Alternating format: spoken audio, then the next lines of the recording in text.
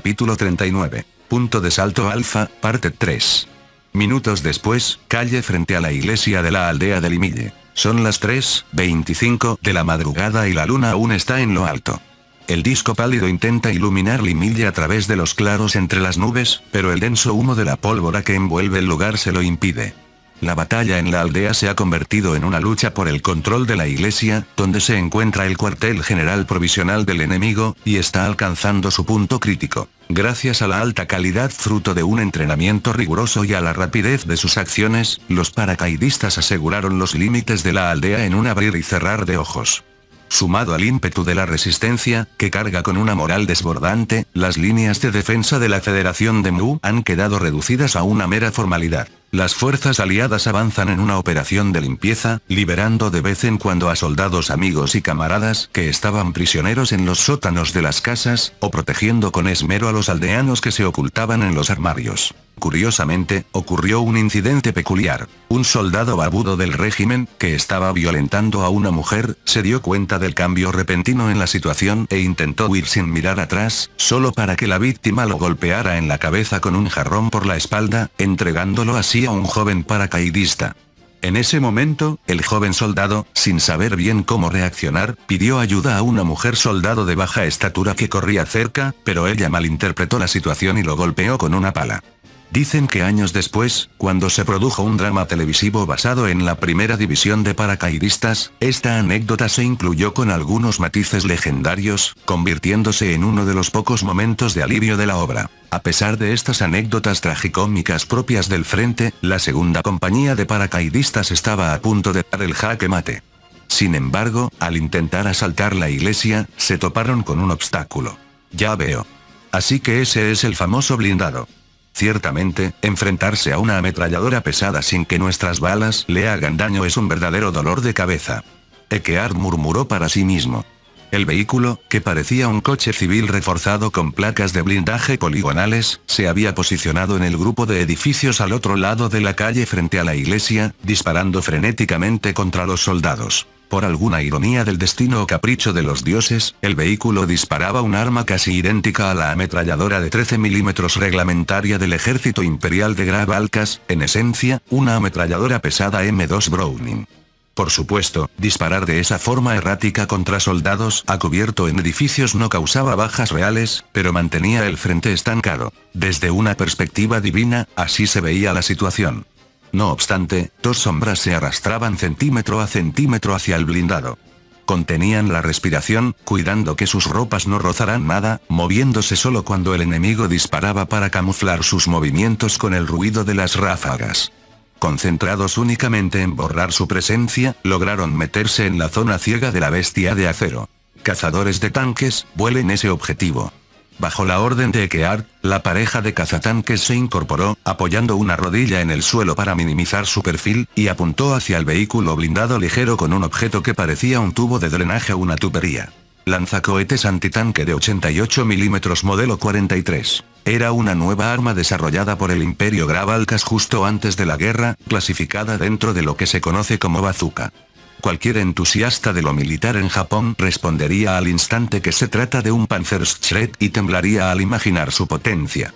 El cohete antitanque de 88 milímetros tiene capacidad suficiente para perforar 230 milímetros de blindaje. Por muy blindado que fuera el vehículo, su protección frontal solo resistía balas de 12,7 milímetros, amenazante para la infantería, pero insuficiente aquí. Si en lugar de usar su movilidad característica, se detenía para actuar como un búnker improvisado, era un blanco fácil. El cargador extrajo un proyectil que asomaba por su mochila y, mientras el tirador sostenía el cañón, lo introdujo con un empujón de la palma de la mano. El truco consistía en aplicar una fuerza precisa, pero a veces no entraba bien. Si no se hubiera limpiado el sudor de las manos antes, estas habrían resbalado, creando una apertura mortal. Tiró de un cable fino y lo conectó al iniciador del proyectil. Tras moverse a un lado para evitar el fogonazo posterior, golpeó el casco del tirador varias veces. Carga lista. Fuego, Feuer. El grito sincronizado de los dos hombres fue el hechizo de muerte para la escuadra de blindados de Mu. Posu. Con un sonido similar al de un cohete de fuegos artificiales, el proyectil salió disparado y, con un silbido lánguido y una estela de humo, viajó hacia el blindado ligero. ¿Qué? El tripulante de Mu alcanzó a proferir un grito de asombro al notar el disparo, pero ya era tarde. Giró la cabeza y siguió el cohete con la mirada por una fracción de segundo antes de que el vehículo de 4-5 toneladas rebotara sobre el sitio envuelto en llamas. Al caer contra el suelo, una columna de fuego se alzó y el blindado quedó en silencio. Obstáculo eliminado. Venga, asalten la iglesia. El sargento mayor Horatz tomó el relevo de Ekeard para arengar a los hombres y cargó él mismo hacia la iglesia, que se había convertido en una semifortaleza. Por supuesto, los paracaidistas no eran tan cobardes como para amilanarse ante tal escena. Lanzaron un grito de guerra tan estruendoso que hizo que los soldados de Mu en el interior se encogieran de miedo. Con sus bayonetas brillando al final de los fusiles, corrieron esquivando los restos del blindado y los cuerpos de los enemigos caídos. Desde las ventanas de la iglesia, los soldados de Mu seguían resistiendo, disparando ráfagas de fusiles japoneses en automático, pero su nivel de entrenamiento era claramente insuficiente para alcanzar a los paracaidistas que corrían en zigzag como ráfagas de viento. Originalmente, los soldados de Mu en esta región contaban con equipo japonés, aunque la mayoría era material de desecho al límite de su vida útil que a veces explotaba al disparar, pero su motivación había caído por los suelos debido a la situación social reciente. Al ser un grupo de unidades de segunda línea, su entrenamiento no era nada del otro mundo. Médico. Ciertamente, al tratarse de fusiles automáticos disparando en ráfaga, algunas balas perdidas lograron abatir a varios paracaidistas. Los gritos llamando a los médicos resonaban por doquier, y se veían siluetas corriendo hacia sus compañeros caídos. Hubo casos donde miembros de la resistencia intentaron arrastrar a un amigo que había perdido un brazo hacia un lugar seguro, solo para ser alcanzados ellos mismos en el intento. Sin embargo, nada podía detener el ímpetu de la élite. Cada vez más soldados alcanzaban la entrada y las paredes exteriores. En este punto, los que estaban dentro de la iglesia eran ratas en un callejón sin salida. La cerraron. Se escuchaban los golpes de botas y culatas contra la puerta. Los gritos de asalto rodeaban la iglesia como un asedio absoluto, lo que debía tener a los soldados de Mu aterrorizados. No obstante, la lujosa puerta de madera no cedía. ¿Acaso intentaban encontrar una salida o esperaban un rescate que no llegaría? Los soldados de Mu resistían al otro lado, y la impaciencia y la irritación empezaron a crecer entre los paracaidistas. Oigan, estos tipos están empujando la puerta desde el otro lado. Abran de una maldita vez, carajo. Empujen todos. Tenemos que entrar como sea. 5 de los paracaidistas más altos y robustos coordinaron sus movimientos para embestir la puerta una y otra vez. Al otro lado, se escuchaban los gritos de los soldados de Mu intentando impedir la entrada a toda costa. A la de 3. ¡Pum! Embistieron al unísono, pero la puerta no se movió. Una vez más. ¡Pum! Más hombres se sumaron a la embestida. La madera empezó a crujir de forma ominosa. Osawa, trae algo. Se supone que eres bueno en matemáticas. Déjamelo a mí. Osawa, un soldado de las colonias orientales reclutado por su habilidad con los números, trajo una palanca de un garaje cercano. La insertó en una pequeña rendija y presionó con todas sus fuerzas, ampliando la apertura. En esencia, usó el principio de la palanca para forzar la entrada. La puerta crujió aún más y desde el otro lado empezaron a escucharse voces de desesperación. Ya no puedo más. No vamos a aguantar. Que alguien venga. Van a entrar. Los soldados de Mu que sostenían la puerta miraron hacia atrás para pedir ayuda a sus compañeros, solo para quedar horrorizados segundos después. Sin piedad, habían sido abandonados a pesar de sus esfuerzos. Algunos de sus camaradas huían despavoridos de la entrada. Otros apuntaban ametralladoras hacia la puerta, listos para disparar a cualquiera, aliado o enemigo, que cruzara. Y otros simplemente ni se habían dado cuenta por estar concentrados en el exterior. Sintieron que el suelo se hundía bajo sus pies y su mundo se oscureció. Ese fue el detonante. Al final, la falta de unidad y la diferencia de complexión física hicieron que la resistencia fracasara. Un soldado promedio, si es que se les podía llamar así, no tenía oportunidad de ganar en fuerza y potencia contra la élite de los paracaidistas. Malditos, no se escaparán. Los soldados de Mu que cayeron al suelo intentaron levantarse a toda prisa para huir, pero otros paracaidistas que esperaban el asalto les lanzaron insultos mientras los rociaban con balas de 7 milímetros de sus fusiles modelo 44, abatiendo a los que intentaban darles la espalda. Al haber resistido hasta el último segundo, no tuvieron tiempo de escapar y, habiendo perdido el equilibrio, fueron masacrados a quemarropa, convirtiéndose en cadáveres sobre un charco de sangre. Vaya, estos tipos usaron de todo como barricada. Uno de los subordinados soltó un silbido de admiración. Realmente, los soldados del régimen se habían esforzado en preparar su defensa. Al ser una iglesia, había filas ordenadas de bancos, el púlpito desde donde el clérigo solía leer la Biblia y, al fondo, el altar central. Allí, como si fuera un obispo, un ametralladorista esperaba a los intrusos con su arma lista. Parecía decidido a darles plomo en lugar de un sermón, observándolos con un rostro severo digno de un devoto ortodoxo. El templo tenía 2 pisos, pero la planta superior solo consistía en pasillos laterales que daban a la nave central. El techo de la planta baja era inmenso, elevándose a más de 10 metros. Quizás por ser un edificio muy antiguo o por falta de fondos para mantenimiento, el interior mostraba desconchones en las paredes que dejaban ver los ladrillos. Sin embargo, el vitral detrás del altar central era una vista magnífica. Representaba a una santa rezando a un ángel que descendía del cielo. Cada vez que la luz de la luna se filtraba entre las nubes, el interior se llenaba de destellos suaves en tonos púrpuras, verdes, amarillos y rojos. Pero, de forma tosca, los soldados de Mu habían construido numerosas barricadas y ahora disparaban desesperadamente sus fusiles contra los paracaidistas. Los documentos apilados de forma desordenada volaban por el aire como palomas en un truco de magia, mientras los escombros, el polvo y el humo de la pólvora creaban una densa niebla. Las raciones a medio comer caían al suelo con estrépito y los gritos y la tos componían la música de la guerra. Es el último reducto después de todo, están desesperados, no es momento para admirarlos, vamos. Los paracaidistas que entraron en tropel por la entrada se ocultaron rápidamente tras las columnas o cualquier cobertura cercana. Por desgracia, varios fueron alcanzados por la ametralladora apostada en la barricada y cayeron rodando por el suelo. En un combate en interiores donde cada segundo cuenta, no había mucho que hacer, la mayoría murió al instante. Se veían reclutas gritando al arrastrar a sus amigos caídos para confirmar su muerte, mientras los veteranos los reprendían e incluso golpeaban para que reaccionaran. Escenas similares se repetían en ambos bandos. ¿Qué? ¡Ac! Varios de los aliados que se suponía estaban a cubierto tras obstáculos fueron abatidos. En el interior de la iglesia se habían colgado algunas bombillas para usarla como sala de operaciones, pero la mayoría habían sido destruidas por balas perdidas o el generador había fallado, dejándolas inservibles. Debido a esto, el interior estaba relativamente oscuro, y los soldados integrados recientemente no estaban acostumbrados a las sombras. Cuando los veteranos, que tenían mejor visión nocturna, revisaron la situación con extrañeza, quedaron horrorizados al ver lo que sus hombres usaban como protección improvisada. No se escondan detrás de los bancos de la iglesia, las balas los atraviesan. Siguiendo el instinto ciego de escapar del fuego, muchos se habían refugiado tras los asientos de madera. Aquellos pobres soldados que no supieron calcular el grosor del objeto caían uno tras otro.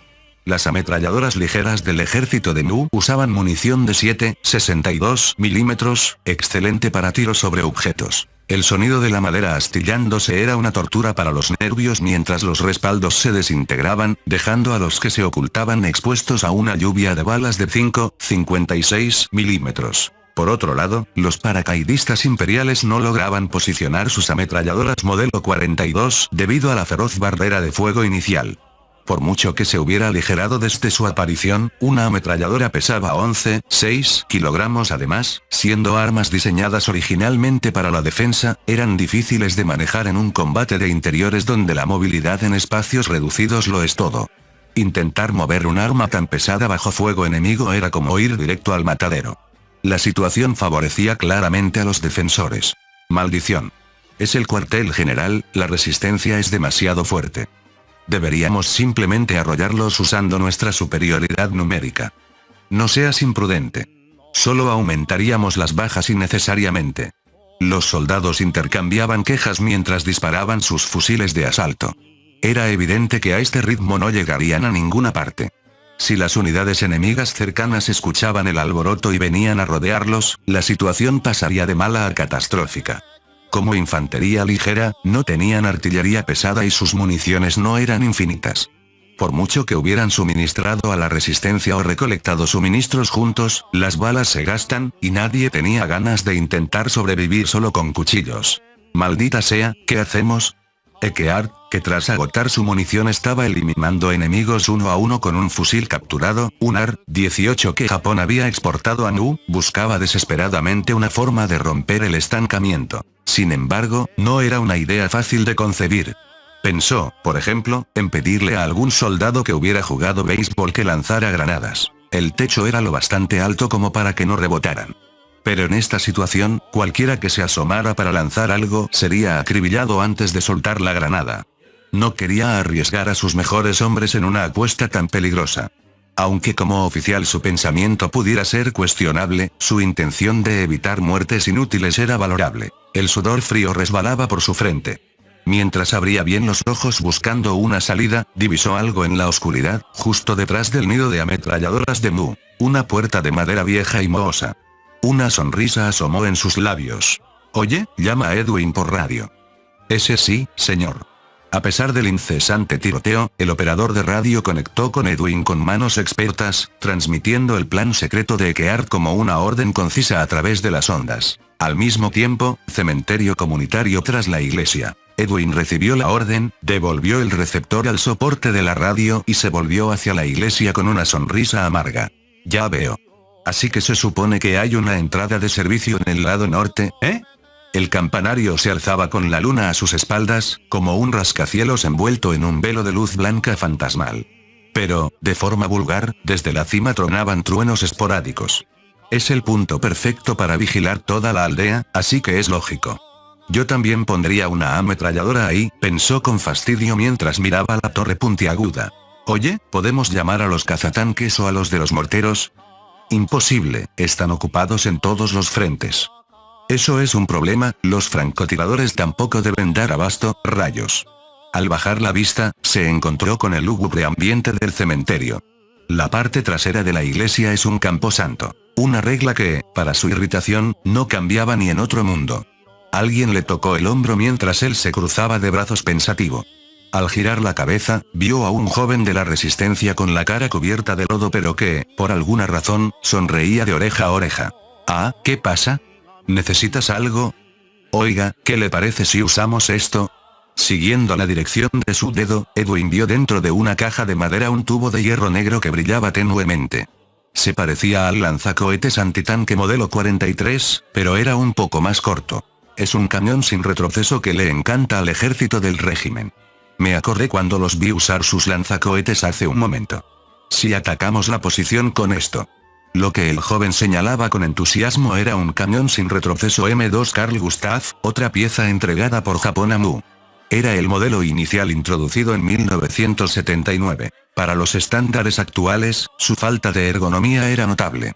En las fuerzas de autodefensa de Japón ya utilizaban versiones mejoradas, por lo que estos modelos básicos fueron vendidos a Mu para obtener divisas, igual que el resto del equipo japonés. ¿Sabes usarlo? Yo no entiendo de cañones, pero por suerte hay un antiguo conocido del ejército del régimen aquí. Si se lo pido a él, probablemente pueda. Bien, hazlo. Tras recibir el permiso, los dos miembros de la resistencia se pusieron manos a la obra con alegría. Sacaron el cañón sin retroceso y el tirador se lo puso al hombro. Extrajeron una pequeña munición de otra caja, abrieron el cierre trasero deslizándolo hacia un lado e insertaron el proyectil en la recámara con manos muy hábiles. Zona trasera despejada, listo para disparar, fuego. El tirador apretó el gatillo y el mecanismo de percusión del Carl Gustav golpeó el fulminante lateral de la vaina. Con un estallido reconfortante, el proyectil de 84 milímetros salió disparado hacia la iglesia. La granada, lanzada desde el cementerio, trazó una parábola suave e impactó directamente en la parte posterior del edificio. El campanario recibió el impacto directo y voló por los aires en una nube de humo blanco con forma de erizo. Quizás por el paso del tiempo, o quizás por el daño previo de las balas, los pilares debilitados cedieron ante el golpe final. El techo cónico colapsó, cayendo sobre los soldados del régimen que aún intentaban resistir desde allí, sepultándolos bajo una montaña de escombros. ¿Acaso fue un castigo divino por haber convertido un edificio sagrado en un cuartel general y haberlo profanado con sus modificaciones militares? Se levantó tal cantidad de polvo que era imposible entrar, así que esperaron. Tras unos segundos, la visibilidad mejoró lo suficiente para confirmar la situación. Había escombros y restos humanos esparcidos por doquier. Al lado de estos, varios soldados enemigos se retorcían lentamente. Se podía distinguir claramente que eran siluetas humanas, pero su longitud era apenas la mitad de la de un hombre adulto. Se arrastraban por el suelo como orugas. Eran, sin duda, los desafortunados soldados a los que los escombros les habían cercenado ambas piernas. Otro soldado, al que le faltaba la mitad izquierda del cuerpo, vagaba tambaleante sin rumbo. Era, sin duda, el infeliz al que la explosión le había arrancado el brazo izquierdo. Era una escena del mismísimo infierno. Por mucha atrocidad que hubieran cometido, uno se preguntaba si era justo obligarlos a vivir semejante agonía. ¡Pam! ¡Pam! Unos disparos solitarios resonaron. El sonido provenía del fusil de caza del miembro de la resistencia que estaba a su lado. Oye. No se sabía si era un tiro de gracia por piedad o un disparo de venganza contra los odiados soldados del régimen. El joven paracaidista intentó protestar, pero curiosamente, el corazón de Edwin no se inmutó ante lo sucedido, porque su corazón, también, estaba a punto de romperse por el odio. Minutos después, sótano de las ruinas de la iglesia. Tras el colapso de la iglesia, el combate en la aldea de Limille cesó por completo. Al ver su cuartel general destruido, los soldados restantes del ejército del régimen subieron a los camiones y vehículos blindados que quedaban en cuanto cayó el campanario, y huyeron en estampida con el rabo entre las piernas. Los paracaidistas, al no disponer de vehículos para darles alcance, decidieron detener la persecución por el momento y esperar al amanecer en la aldea. Vaya, así que en el sótano había un mapa de los alrededores, sí. Está rasgado en algunas partes, pero será una fuente de información crucial. En lo que quedaba de la iglesia, ahora con una ventilación improvisada debido al derrumbe del techo, Eckheart examinaba el mapa que Edwin había rescatado del sótano polvoriento. Según Edwin, el sótano parecía haber sido el dormitorio del sacerdote. La cama había sido retirada para colocar mesas y sillas. Era de suponer que los oficiales del ejército del régimen lo utilizaban como una sala de mando temporal. Edwin explicó que, al irrumpir, encontró a un oficial de alto rango con un uniforme impecable y a varios suboficiales aplastados bajo los escombros del piso superior. El mapa estaba sobre una mesa destrozada, y simplemente lo tomó prestado. Mire esto, incluso han anotado la disposición básica de las unidades. Aquí han rodeado la zona y escrito 114 inf, por lo que es probable que la fuerza estacionada fuera un contingente de infantería de la 114ª División del Ejército del Régimen. Un compañía en cada una de las otras aldeas, eso significaría que hay cerca de un regimiento distribuido a lo largo de las carreteras principales de esta zona. Y otro regimiento desplegado de forma similar cerca del puente al sur. Algo así, supongo. Eckheart utilizó su intuición y capacidad de observación para estimar la magnitud de las fuerzas enemigas desplegadas en los alrededores. Su análisis incluía la reflexión de cómo posicionaría él mismo a las tropas si estuviera en su lugar. Edwin había recuperado varios mapas. Al compararlos, parecía que las predicciones de Eckheart eran acertadas en su mayoría. Un regimiento en cada carretera principal. Sin embargo, me inquieta que a cada regimiento se le asigne el nombre de grupo de combate. Traducido literalmente sería regimiento de combate. Ahora que lo mencionas, escuché que el tal Hieitai de Japón utiliza el sistema de grupos de combate, Sentodan. La mayoría de las unidades del régimen han sido modernizadas por Japón, así que es natural que su organización siga ese modelo. Pero si sumamos esto a las aldeas atacadas por las otras compañías, deben haber perdido 3 compañías solo esta noche. Es un daño considerable. Es el momento ideal para seguir presionando. Espera. Esta noche deberían llegar refuerzos con equipo pesado. Hasta entonces, nuestra prioridad es asegurar el punto de salto alfa. Era una situación frustrante, pero eran paracaidistas. Si no defendían el punto de salto de los contraataques enemigos, ni los refuerzos ni los suministros podrían descender con seguridad. Si se cortaba la ruta de suministro aérea, quedarían aislados en territorio enemigo. Por ahora, fortificaremos la aldea e informaremos al comandante del batallón. Debería llegar pronto para una inspección. La próxima fase del ataque tendrá que esperar hasta la noche. Entendido. Entonces nos dedicaremos por completo a la defensa de la aldea durante el día. Tras terminar su informe, Edwin saludó militarmente a Eckheart y salió de la iglesia. Como la parte trasera era una montaña de escombros, se retiró disciplinadamente por la entrada principal. Ekeard, que se quedó solo, echó una mirada a los soldados que lo rodeaban y se dirigió hacia una zona abierta para sacar un cigarrillo. Era un artículo de lujo escaso, pero no le importó encender uno. Con el techo derrumbado, el lugar estaba tan despejado que el olor del humo no molestaría a nadie. Bien. Sostuvo el amargo cigarrillo entre los labios y aspiró profundamente. Dejó que el aroma inundara su boca, sintiendo un leve mareo de placer que relajó su mente. Tras un momento, retiró el cigarrillo. Soltando un suspiro profundo, Ekeard miró hacia el cielo abierto, preocupado por el destino que les aguardaba. El vitral de la santa que rezaba había perdido la cabeza por la destrucción. Era una imagen deplorable. En el fondo, solo podía esperar que el castigo divino no cayera sobre ellos por haber cegado tantas vidas. Fin del capítulo 39. El link a la historia del autor estará en la descripción.